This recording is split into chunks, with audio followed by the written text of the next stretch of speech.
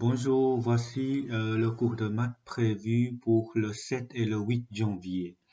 Voilà, la quantité c'était pour 3 heures. Je vous envoie déjà maintenant à vous de organiser comment vous allez faire.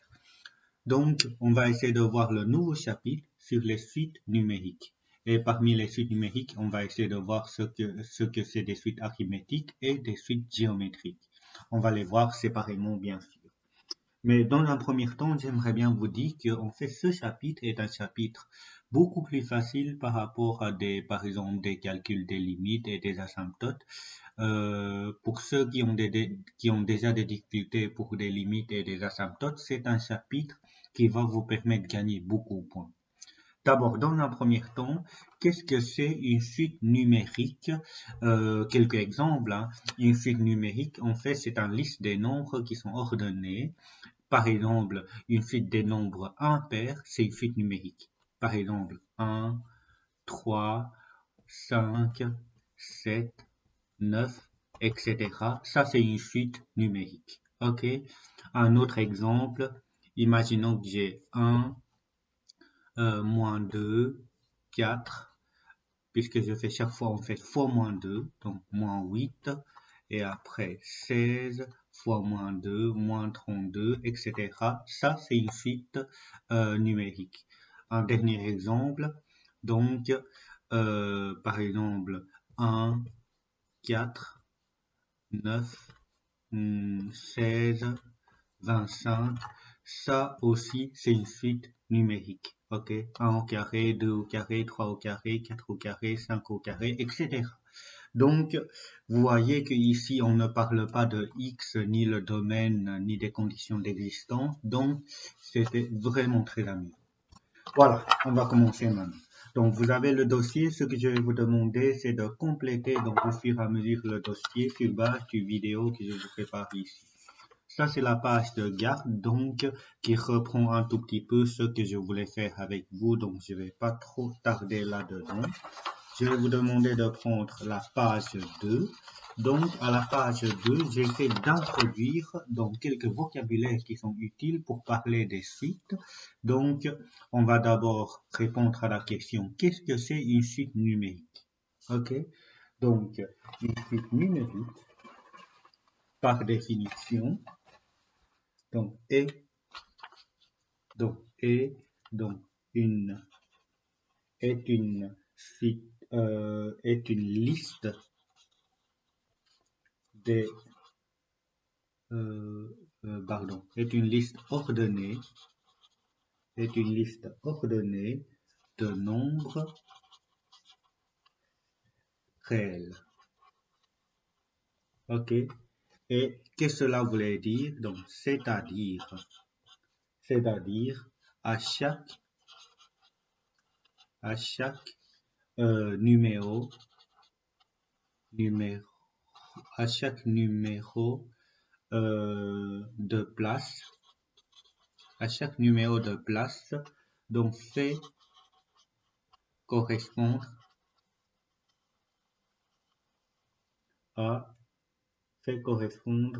à un nombre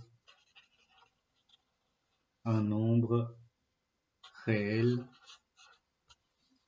situé à cette place. Je pense que je vais changer le marqueur, donc, puisque c'était un peu trop épais. Je vais prendre celui-là. Voilà, donc je lis pour vous aider à compléter. Donc, par définition, une suite numérique est une liste ordonnée des nombres réels, c'est-à-dire à chaque numéro de place, pour la première place, j'aurai un nombre, pour la deuxième place, j'aurai un autre nombre, etc. Donc, fait correspondre un nombre réel situé à cette place. Un exemple. D'abord, une question notation. Pour noter une suite, je note toujours une lettre entre parenthèses. OK? C'est une habitude personnelle pour ne pas avoir confusion avec les autres éléments qu'on va pouvoir parler. Donc, je note toujours donc une lettre entre parenthèses, une lettre minuscule. Un exemple, ça sera par exemple 1, 5, 9, 13, 17, par exemple. Voilà, ça c'est une suite numérique. Et à la première place, j'aurai le 1, deuxième place, j'aurai 5, troisième place, j'aurai 9, etc. Donc ces nombres ne sont pas situés n'importe comment. C'est pour ça qu'on avait bien précisé que c'est une liste ordonnée. Ok, l'ordre a beaucoup d'importance là-dedans. Un deuxième exemple, par exemple le V, la suite V, cela pourrait être par exemple 1, 4, 9, 16, 25, etc. Ok, ça c'est la définition d'une suite numérique. Maintenant, vocabulaire. D'abord, les termes. Ok, vous pouvez prendre un fluo si vous voulez bien. Donc, les termes d'une suite, il faut savoir que les éléments, les nombres, les valeurs d'une suite sont nommés, sont appelés les termes de la suite. Par exemple, j'ai une suite U qui est 3, 6, 12, 24, etc. Dans ce cas-là, les valeurs 3, 6, 12, 24, etc. sont les termes de la suite. Ok, ce sont des termes de la suite. Et pour indiquer des termes, comme on sait que voilà, le 3 était la première terme, le 6 était la deuxième terme, le 12 était la troisième terme de la suite U. Donc pour ça, en fait, pour bien distinguer les différents termes, on va utiliser la notation qui est expliquée, une notation qui est expliquée par cette paragraphe-là. Je vais vous donner tout de suite les exemples. Vous pouvez essayer de lire si vous voulez. Par exemple, donc le 3, c'était la première et le premier terme de la suite U. Alors, pour la noter, 3, en fait, c'était U, c'était de la suite U, mais comme c'était le premier terme, je note un 1 en dessous. Donc, U1, la suite U, le U1, c'était égal à 3. OK? Le 6 était le deuxième terme de la suite U, donc c'est toujours de la suite U, je note un U, et comme c'était la deuxième terme, je note un petit 2 en dessous, et là, U2, c'était égal à quoi? C'était égal à 6. Et après, 48, c'était le cinquième terme de la suite U, ok? 1, 2, 3, 4, 5, ce qui signifie que pour la noter, on doit noter U5 égale à 48. Ok, donc quand j'ai une suite U, j'aurai toujours le U1, U2, U3, U4, U5, etc. Ça va? Donc ça, c'est une notation qu'on utilise pour distinguer les termes de la suite. Ok? Maintenant, un autre exemple peut-être. Hein. Imaginons que j'ai une suite V, par exemple, qui est donnée par 1, 4, 9, 16, etc. Ok, on sait que V1 c'était égal à 1, V3, donc le troisième terme, 1, 2, 3, c'était égal à 9. Ok, donc le 9 c'était la troisième terme de la suite V. Voilà. Jusqu'à présent, on ne fait pas encore des calculs ni quoi que ce soit. J'aimerais bien vraiment que au niveau vocabulaire, ça soit clair pour tout le monde. Ensuite, dernier truc, et après on peut passer à quelques exercices pour vous entraîner à tout ça, c'est que lorsque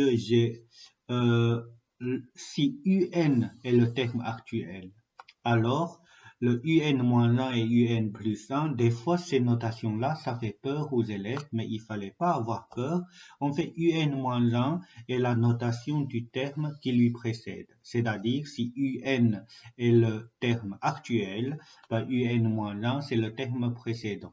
Et UN plus 1, l'indice plus 1, qui occupe une place plus loin, ben c'est le terme suivant. OK? Donc, imaginons que j'ai UN ici, ben le terme qui lui précède, on le note avec UN-1. Et ensuite, le terme suivant, c'était UN plus 1. J'insiste sur le fait que ce n'est qu'une notation. OK? UN-1, c'est équivalent de dire le terme précédent. Et UN plus 1, c'est une notation pour dire le terme suivant. Ça va? Un exemple. Hein. soit la suite U, 3, 6, 12, 24, 48. Si UN c'était égal à 24, alors le UN-1, bah, c'était le 12, puisque le terme précédent de 24, c'était 12, et le terme suivant de 24, c'était 48. Ok, ce n'est qu'une notation. Voilà. Maintenant, on va essayer d'appliquer pour les exercices. Donc, c'est un exercice qui permet de vérifier si vous avez bien compris au niveau de la notation et au niveau des vocabulaires. Par exemple, ici, on donne 4 suites, suite U, suite V, W et Y. Pour chacune des suites, vous devez répondre à des questions qui se trouvent en dessous. Par exemple, le A, donnez les termes initiaux de chacune des suites ci-dessus. Bah, le premier, avec les bonnes notations. Donc, le terme initial, c'était toujours la première terme de la suite. Donc, pour le U, c'était U1. Donc, le terme initial de U, c'était U1 qui est égal à moins 5. Le terme initial de V, c'était V1 qui est égal à 3. Le terme initial de W, ça sera W1 qui est égal à 1,5. Et le terme initial de Y, ça sera Y1 égal à 32. Ok. Ensuite, donnez le quatrième terme de la suite U avec la bonne notation. Donc, quatrième terme, c'était donc U4. Et U4, bah, c'était premier terme, deuxième, troisième, quatrième, donc c'était 40. Voilà.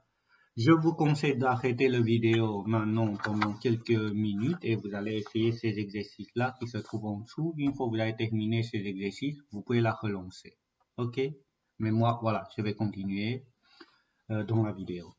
Donc, donnez le sixième terme de la suite V. Donc, la suite V, la sixième terme, c'était donc première, deuxième, troisième, quatrième. Il faut encore avancer de 2. Et qu'est-ce que je constate? Je constate que je fais chaque fois plus 14. Ok? Donc, plus 14, plus 14. Donc, 45 plus 14, j'aurai 59. Et 59 plus 14, j'aurai 73. Donc, V6, c'était donc 73. Ok? Donnez le cinquième terme de la suite Y. Y5. Première, deuxième, troisième, quatrième, c'était le prochain et je constate que j'enlève chaque fois 6. Moins 6, moins 6, moins 6 et moins 6, j'aurai donc 8. Ok? Donnez les termes suivants. Donc U2, c'était donc 10. U4, c'était 40. V3, 1, 2, 3, c'était donc 31. W1, c'était donc 1,5. Y5, on l'a ici, c'était donc 8. Ok? Et de nouveau, voilà, ça c'est pour dire le terme précédent et le terme suivant. Ok? YN, donc qui vaut 14. Ok? Donc 14, le terme précédent, c'était donc 20. Et le terme suivant, c'était le prochain terme, et ça, c'était donc le 8. Ok?